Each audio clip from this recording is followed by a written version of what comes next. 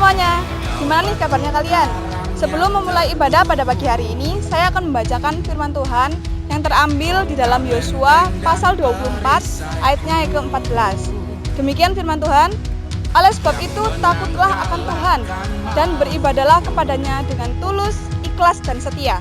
Jauhkanlah Allah yang kepadanya nenek moyangmu telah beribadah di seberang sungai Efrat dan di Mesir, dan beribadalah kepada Tuhan.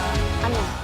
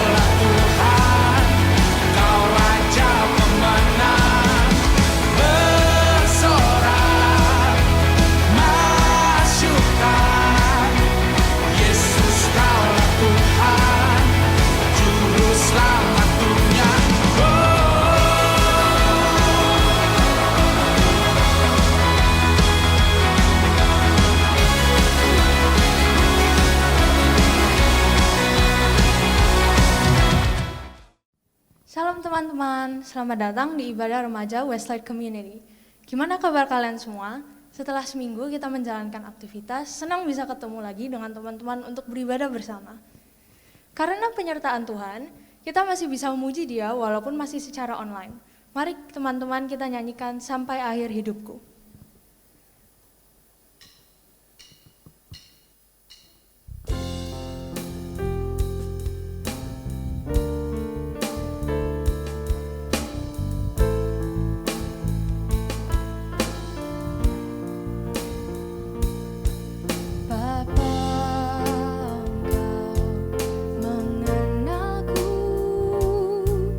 Lebih dari siapa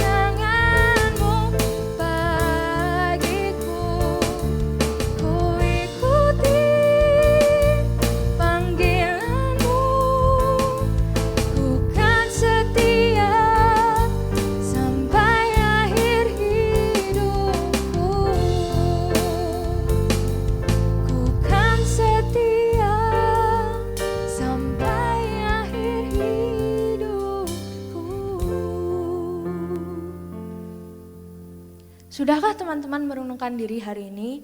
Mungkin hari ini kita sudah melakukan hal yang tidak baik di mata Tuhan. Sengaja tidak sengaja Tuhan masih menyayangi kita. Tuhan begitu baik, pengampunannya sungguh tidak tertandingi.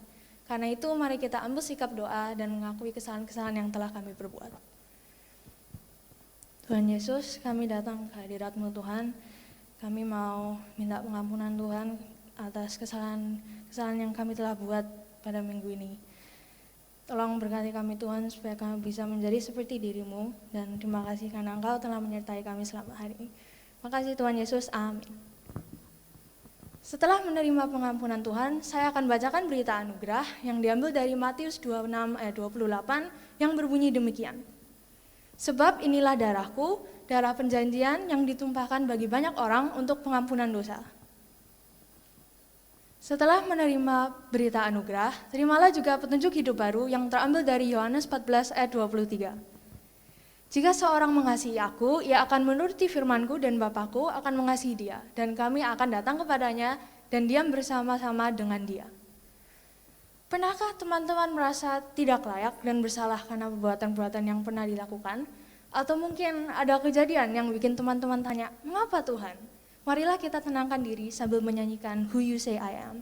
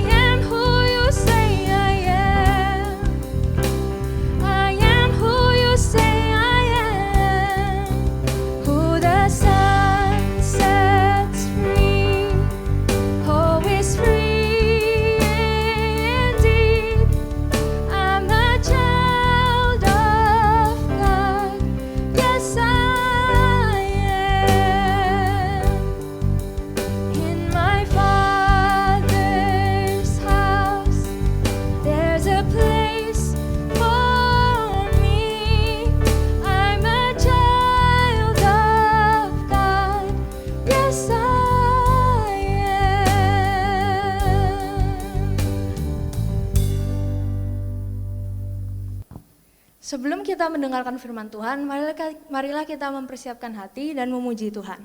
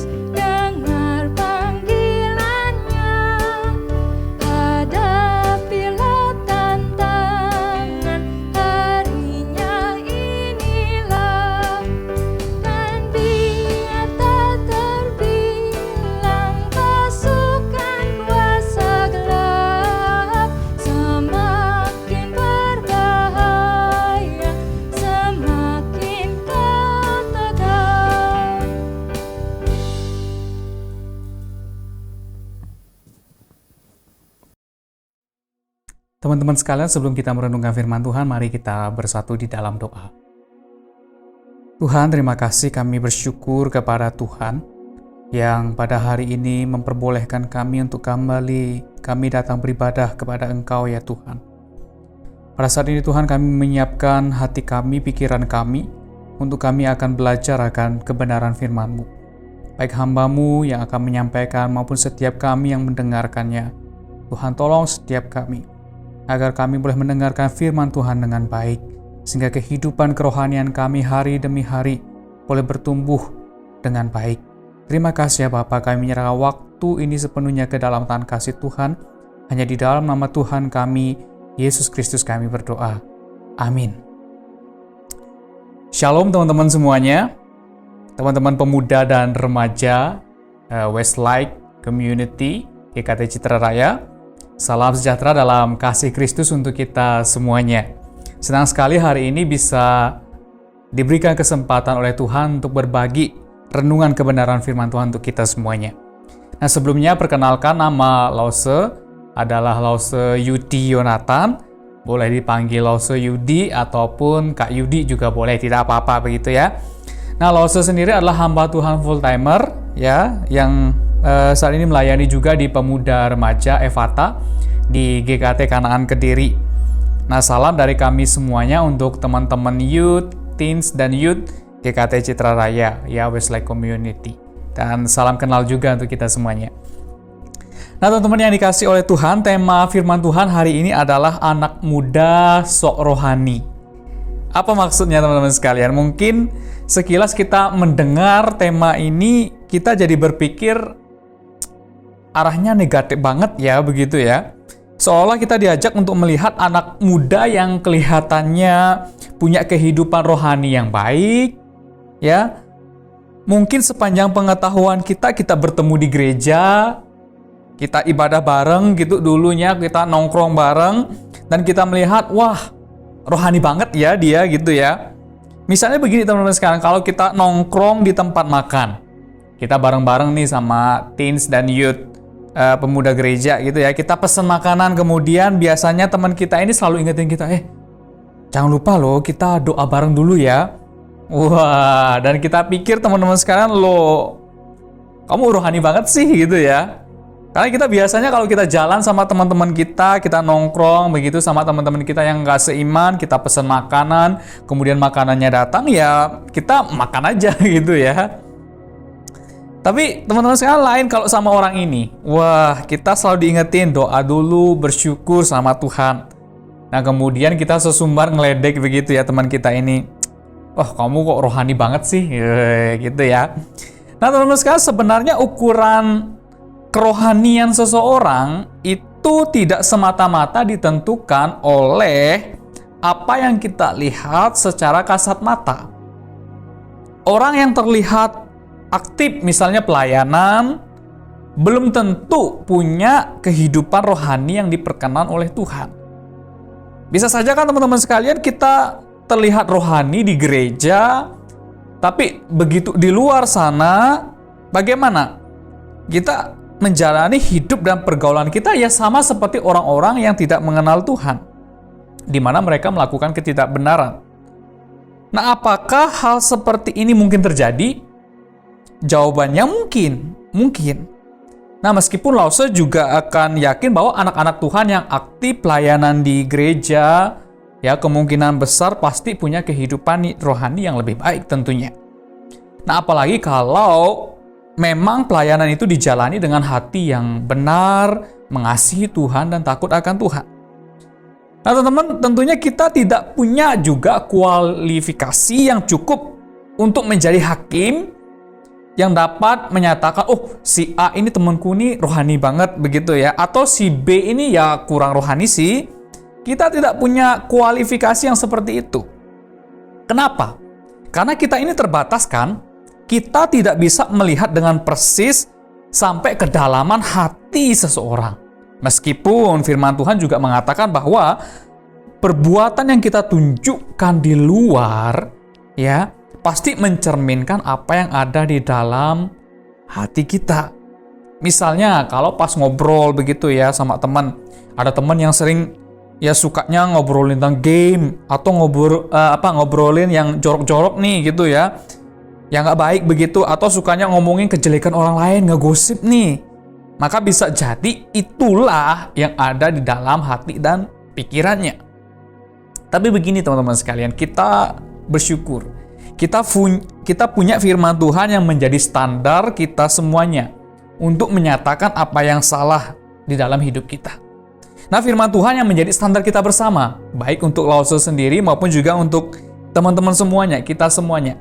Nah, hari ini dari kebenaran firman Tuhan, kita mau belajar untuk terbuka di hadapan Tuhan.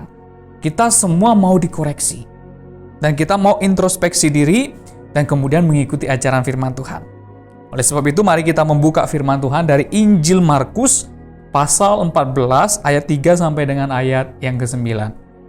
Kita buka kitab Injil Markus pasal 14 ayat 3 sampai dengan ayat yang ke-9.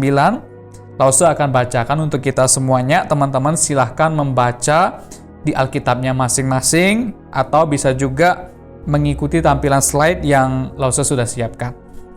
Firman Tuhan berbunyi demikian. Ketika Yesus berada di Betania di rumah Simon si Kusta dan sedang duduk makan, datanglah seorang perempuan membawa suatu buli-buli pualam berisi minyak narwastu murni yang mahal harganya. Setelah dipecahkannya leher buli-buli itu, dicurahkannya minyak itu ke atas kepala Yesus. Ada orang yang menjadi gusar dan berkata seorang kepada yang lain, "Untuk apa pemborosan minyak narwastu ini? Sebab minyak ini dapat dijual 300 dinar lebih dan uangnya dapat diberikan kepada orang-orang miskin." Lalu mereka memarahi perempuan itu. Tetapi Yesus berkata, "Biarkanlah dia. Mengapa kamu menyusahkan dia? Ia telah melakukan suatu perbuatan yang baik kepadaku. Karena orang-orang miskin selalu ada padamu dan kamu dapat menolong mereka bila mana kamu menghendakinya. Tetapi aku tidak akan selalu bersama-sama dengan kamu. Ia telah melakukan apa yang dapat dilakukannya. Tubuhku telah diminyakinya sebagai persiapan untuk penguburanku. Aku berkata kepadamu, sesungguhnya di mana saja Injil diberitakan di seluruh dunia, apa yang dilakukannya ini akan disebut juga untuk mengingat dia." Nah, teman-teman sekalian, kisah yang tadi Lause bacakan adalah kisah di mana Tuhan Yesus dan para muridnya itu sedang berada di Betania. Di sana dikatakan di rumah Simon, si orang kusta. Nah, ketika mereka sedang makan begitu bersama-sama, teman-teman, tiba-tiba datanglah seorang perempuan di mana dalam Injil Yohanes 12 ayat 3 dijelaskan bahwa perempuan ini adalah Maria. Dikatakan bahwa Maria membawa minyak buli-buli yang berisi minyak narwastu setengah kati banyaknya, sekitar setengah liter begitu, yang murni. Dan dikatakan mahal harganya. Nah, kemudian dengan minyak itu Maria meminyaki kepala Yesus sampai di kakinya dan kemudian menyekanya dengan rambutnya. Nah, seketika itu juga bau minyak narwastu yang mahal tadi, teman-teman sekalian, semerbak memenuhi ruangan itu.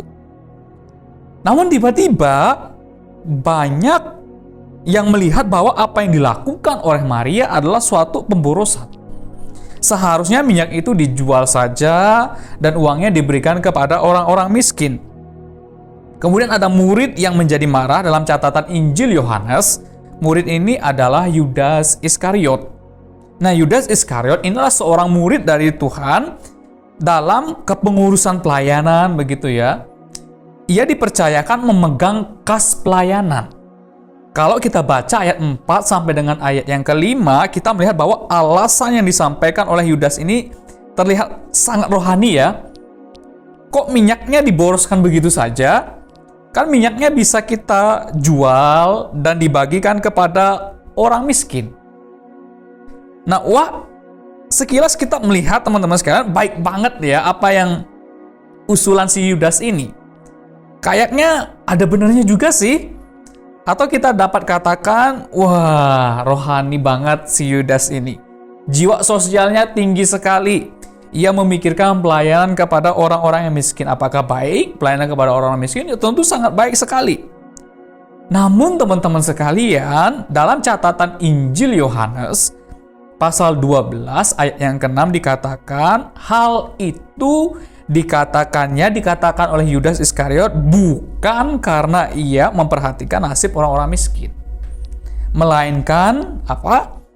Karena ia adalah seorang pencuri. Ia sering mengambil uang yang disimpan dalam kas yang dipegangnya. Nah, hal ini ternyata teman-teman sekalian dilakukan oleh Yudas bukan karena ia punya hati yang peduli dengan orang-orang miskin.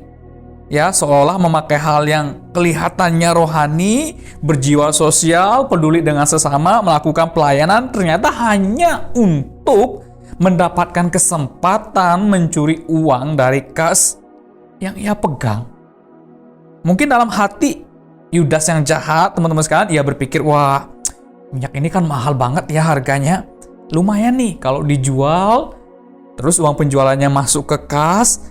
Nah, setelah itu apakah ia akan berikan kepada orang miskin? Tidak. Ini kesempatan bagi Yudas untuk apa? Mencurinya lagi. Nah, teman-teman sekalian, bayangkan ya, Yudas sekian lama menjadi murid Tuhan. Ia dipercayakan memegang bertanggung jawab di dalam kas pelayanan.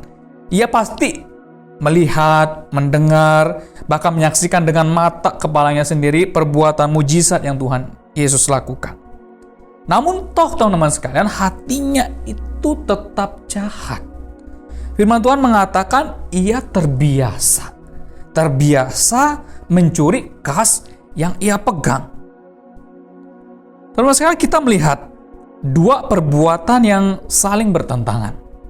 Yudas yang kelihatannya rohani, berjiwa sosial, mendukung pelayanan kepada orang-orang miskin. Mungkin saja banyak orang yang waktu itu dalam hatinya setuju dengan usulan si Yudas dan memuji kebijaksanaannya Yudas dan tanda kutip kasihnya kepada orang-orang miskin.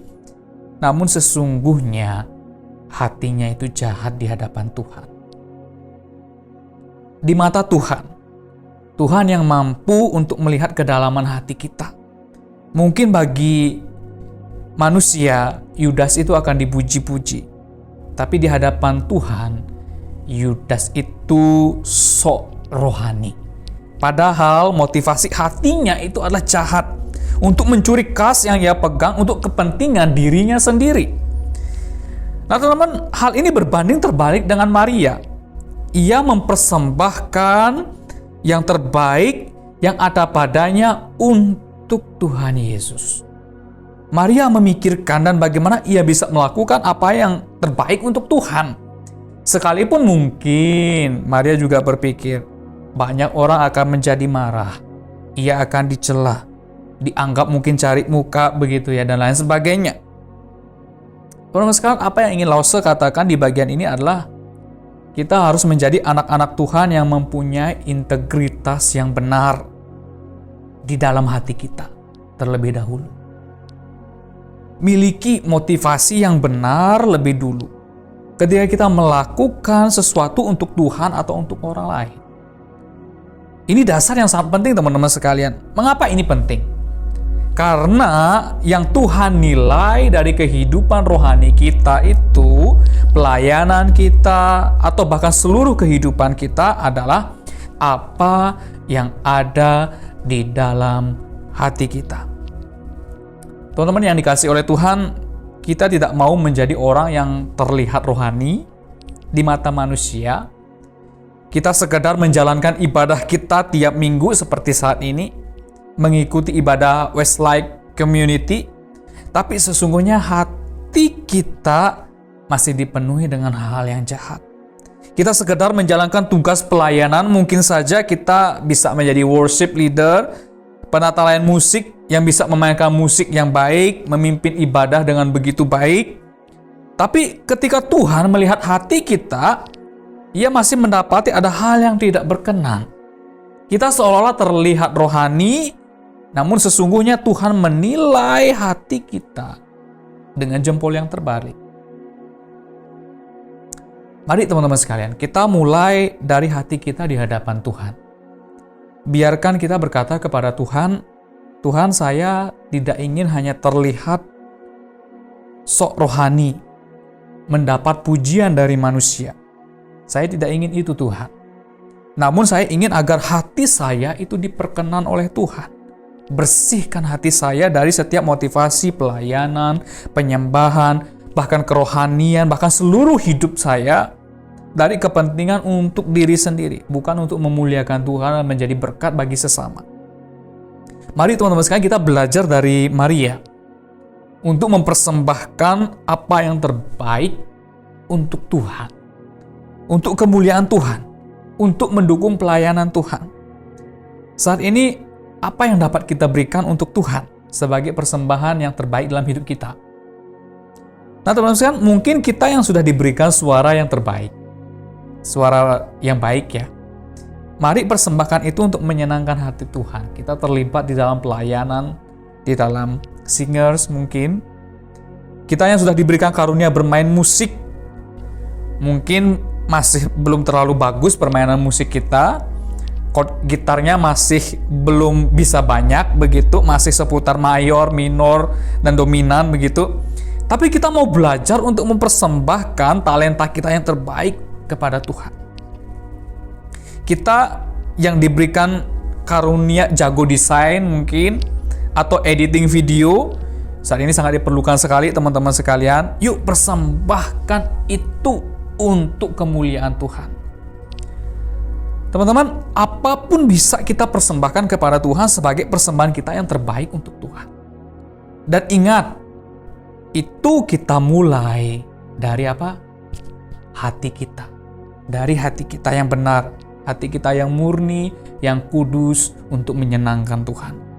Dan di atas semuanya itu teman-teman sekalian, terlebih kita mau mempersembahkan seluruh hidup kita sejak masa muda kita kepada Kristus yang sudah mati di atas kayu salib, menebus kita dari dosa-dosa kita. Ketika Maria mempersembahkan minyak narwastu kepada Tuhan, Tuhan mengatakan bahwa hal itu dilakukannya untuk mengingat bagaimana nanti Tuhan akan berkorban mati di atas kayu salib, dan Tuhan mengatakan bahwa di mana saja Injil diberitakan, perempuan ini akan diingat. Maria akan selalu diingat. Teman-teman sekalian, kita yang sekarang mau mempersembahkan hidup kita, talenta kita sejak masa muda untuk Tuhan. Karena apa? Karena karya itu, di mana Kristus sudah mati bagi kita, bagi dosa-dosa kita itu sudah Tuhan nyatakan. Teman-teman, mari putuskan saat ini untuk kita mau memberikan persembahan yang terbaik untuk Tuhan. Kita tidak hanya sekedar mau terlihat rohani, sok rohani di hadapan, mencari puji-pujian di hadapan manusia, namun kita mau mencari perkenanan Tuhan. Dan kita mulai dari hati kita. Kita mempersembahkan hati kita, mempersembahkan talenta kita, bahkan sejak masa muda kita untuk Tuhan. Nah teman-teman sekalian, apa yang kita putuskan hari ini pasti akan selalu diingat oleh Tuhan. Tuhan akan menyertai kita, Tuhan akan memberkati kita, bahkan menolong setiap kita untuk kita dapat melakukan firman Tuhan dalam kehidupan kita. Kiranya Roh Kudus memampukan kita untuk melakukan kebenaran firman Tuhan. Mari kita bersatu di dalam doa. Tuhan, sungguh kami bersyukur kepada Tuhan, firman-Mu mengingatkan setiap kami ya Bapa, agar kami memiliki kehidupan rohani yang baik. Kami tidak ingin terlihat sok rohani di hadapan manusia. Mungkin manusia memuji-muji kehidupan kami, pelayanan kami. Namun kami melihat Tuhan, sesuai firman-Mu, bahwa firman-Mu mengajarkan kami bahwa Engkau melihat hati kami. Oleh sebab itu Tuhan, tolong setiap kami ketika kami melayani Tuhan, ketika kami mempersembahkan hidup kami, mempersembahkan talenta kami yang terbaik untuk Tuhan. Biarlah kami boleh melakukannya memulai dari hati kami yang murni, hati yang tulus untuk semata-mata menyenangkan hati Tuhan dan menjadi saluran berkat Tuhan bagi sesama kami. Mampukan kami Tuhan untuk kami melakukan firman Tuhan di dalam kehidupan kami. Di dalam nama Tuhan kami, Yesus Kristus kami sudah berdoa. Amin. Amin. Tuhan memberkati setiap kita.